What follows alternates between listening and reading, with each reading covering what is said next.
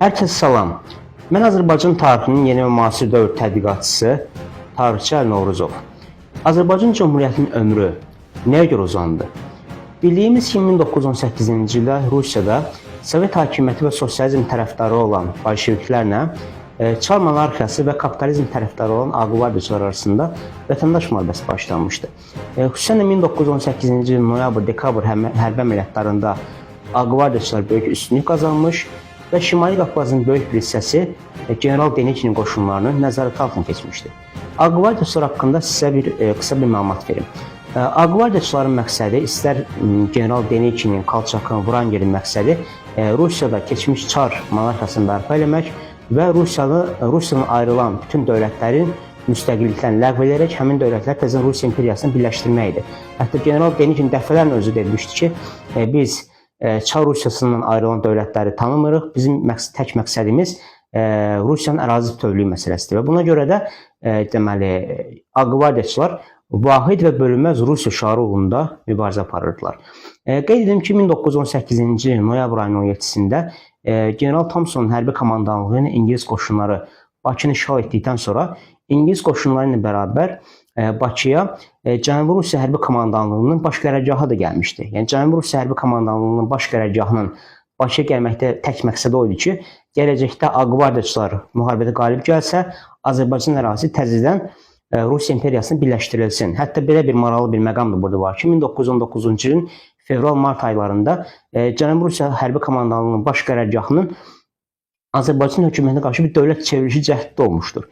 Bu məlumat deməli Fətəli Xanxoyski tərəfindən deməli General Thompsona çatdırılır. General Thompson məsələyə müdaxilə eləyir və Ağqvardiyaçıların Azərbaycan hökumətinə qarşı dövlət çevrilişi cəhdinin qarşısı alınır. Hətta bir maraqlı bir məqam da var ki, General Prejvalskin dəstələri hərbi səfərbərlik keçirmişlər və onlar deməli monarxist rusları səfərbərliyə cəlb eləmişlər və onlara bir tapşırıq vermişdilər ki, General deməli Prejvalskiyə baş qərargah əməliyyata başlasa, Ağqvardiyaçılar da Deniçinlə birləşsinlər və Azərbaycan hökuməti çökdürülsün. Yəni Azərbaycan hökumətinə qarşı belə bir dövlət çevrilişi cəhdi olmuşdu. Lakin bu cəhd də İngilislər tərəfindən bu cəhdin qarşısı alınır.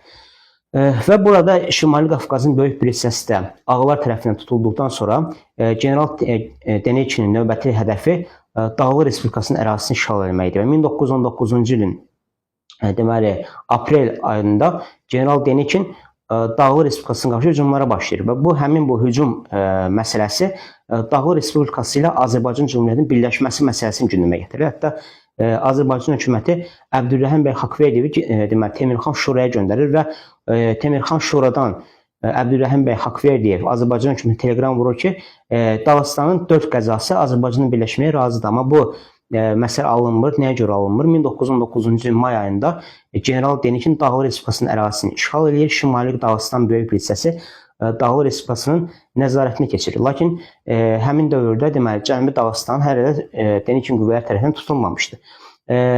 Deniçinin Azərbaycana ola biləcək hücumunu qarşısını almaq üçün Azərbaycan hökuməti Dövlət Müdafiə Komitəsi yaradılır 1919-un iyun ayında və şimal sərhədləri möhkəmlənir.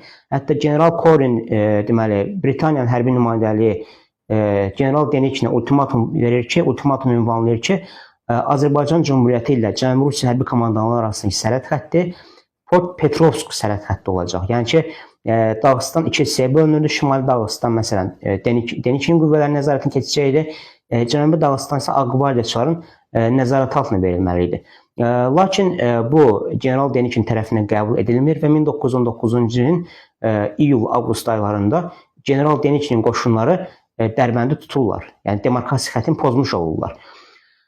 Və bu deməli Azərbaycan hökumətində şok effekti yaradılır və İngilis hərbi komandanlığı Azərbaycan hökumətinə təzədən bir təklif irəli ki, artıq iş işdən keçib General Deniçin Dərbəndi tutub və Azərbaycan hökuməti ilə, Azərbaycan Cümhuriyyəti ilə Cənubi Rusiya hərbi komandanlığı arasındakı sərhəd xətti Dağıstan ərazisi olacaq idi. Məsələn, əvvəlki sərhəd xətti məsələsində Dağıstan ərazisi iki hissəyə bölünmüşdürsə, Cənubi Dağıstan ərazisi Azərbaycan hökumətinin nəzarətinin verilmək məsələsi gündəliyə gətirilmişdirsə, artıq ikinci dəfədəki demarkasiya xəttində bütün Dağıstan ərazisi Denikin qoşunları tərəfindən tutulmuş oldu.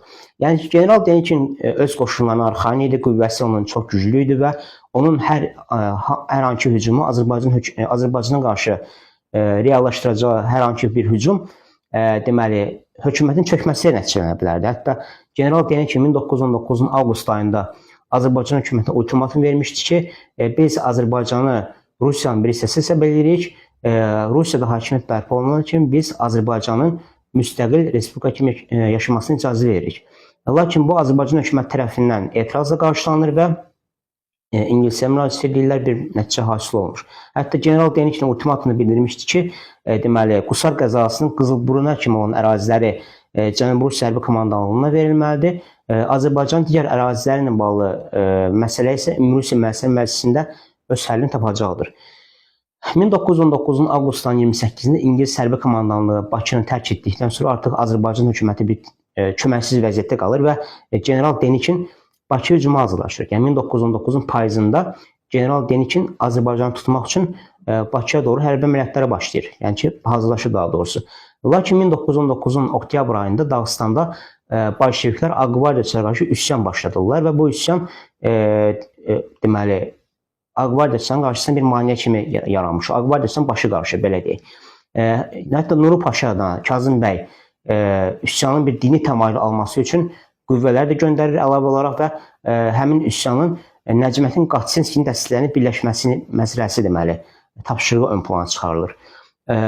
Üsyan yatırıldıqdan sonra deməli general Denikin növbəti dəfə Bakıya hücuma hazırlaşdığı bir vaxtda, hərbi əməliyyatlara hazırlaşdığı bir vaxtda qəfildən bir möcüzə baş verir. Moskvada Bolşeviklər cəbhəni yarırlar və Cənubi istiqamətini hücuma başlayırlar. Çünki həmin dövrdə yalnız Həştərəxan ərazisi və ətrafı Bolşeviklərin nəzarəti altında idi. Rusiyanın çox böyük bir hissəsi Moskva ərazisi, hətta Moskvanın ətrafı Ağqvardiyaçının nəzarəti altındaydı və Bolşeviklər mühasirə vəziyyətində qalmışdılar. Lakin Bolşeviklər cəbhəni yarırlar, Cənub istiqamətinin hücumlara başlayırlar və general Denikin Bakı üzərinə hücuma hazırlaşdığı bir vaxtda hücumunu təxirə salaraq şimala geri qayıtmış olur.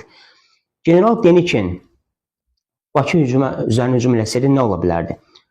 Bunun cavabı çox sadədir. General Denikin Rusiya ərazisindən ayrılan heç bir respublikaların müstəqilliyini tanımaq istəmirdi. Və buna görə də general Denikin və digər Ağqvardiyaçılar Bakı hücum edəcəyi bir təqdirdə bu məqsəd bəlli idi ki, Azərbaycan Cumhuriyyəti süqut edəcəkdi. Yəni daha vaxtından tez süqut edəcəkdi. 1919-da dağılan bir vaxtı süqut edəcəkdi. Ümumiyyətlə bizdə tarixdə belə bir realist bir baxış yoxdur. Bəzi məsələlərə sizə diqqətini çatdırmaq istəyirdim. 1918-ci ildə Azərbaycan Cumhuriyyətinin elan olunmasında, birinci respublikanın elan olunmasında Böyük Oktyabr inqilabının böyük rolu var. Çünki Böyük Oktyabr inqilabı olmasaydı Rusiyada vətəndaş müharibəsi baş verməyəcəkdi, Azərbaycan ərazisində Rusiyadan ayrılmayacaqdı. Çünki müsavatın maksimum planı Azərbaycanın Rusiya tərkibinin mədəni muxtariyyət verməkdir. Sonra bu ərazi muxtariyyətinə əvəz olundu. 1919-cu ildə Bolşeviklər cəbhəni yarmasaydı, general Denikin vaxtından tez hücum eləyib Azərbaycan tutacaq idi və Azərbaycan Cumhuriyyəti vaxtından qabaq süqut eləyəcəkdi. Əlavə olaraq sizə belə bir məlumat verim ki, məhz Azərbaycan Bolşeviklərinin Rusiyada apardıqları mübarizə nəticəsində Azərbaycan 1920-ci ildə qurulacaq Azərbaycan SSR-in tanınması məsələsi artıq Həştərxanda həll edilmişdi. Məsələn, Ağqvardiyaçılar Rusiyadan ayrılan respublikaların heç birinin müstəqilliyini tanımaq istəmirdilərsə, Bolşeviklər ağlar nisbətən mülayim siyasət yeridirdilər, ən azından xalqlara bir muxtariyyət verməyi planlaşdırırdılar.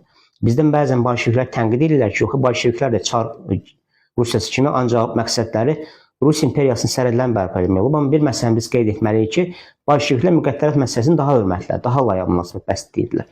Və buna görə də 1919-un iyul ayında gələcəkdə Azərbaycanda qurulacaq Azərbaycan Sovet Respublikasının, Azərbaycan Şura Cumhuriyyətinin müstəqilliyinin tanınması məsələsi Həştərxanlı Qafqaz bürosunun gündəmə çıxarıldı və 1920-nin aprel ayının 28-də Azərbaycan SSR quruldu və bu dövlətin müstəqilliyi Rusiya daxil olmaqla, Rusiya və Türkiyə daxil olmaqla 12 dövlət tərəfindən tanındı. Yəni biz yenə də həmin 28 mayda respublikanın elan olunmasına görə, yəni Bolşeviklərlə ağlar arasındakı vətəndaş müharibəsinə görə həm general Denikinin deməli planını ləğv elədiyinə görə, 1919-cu ildəki Azərbaycan hücum planını ləğv elədiyinə görə, həm də 1920-ci respublikanın tanınmasına görə biz bilməli şəkildə Azərbaycan Respublikasının mövcudluğunu Bolşevik inqilabına və Bolşeviklərə borcluyuq. Hər kəsə təşəkkür edirəm. İzlədiyiniz üçün sağ olun.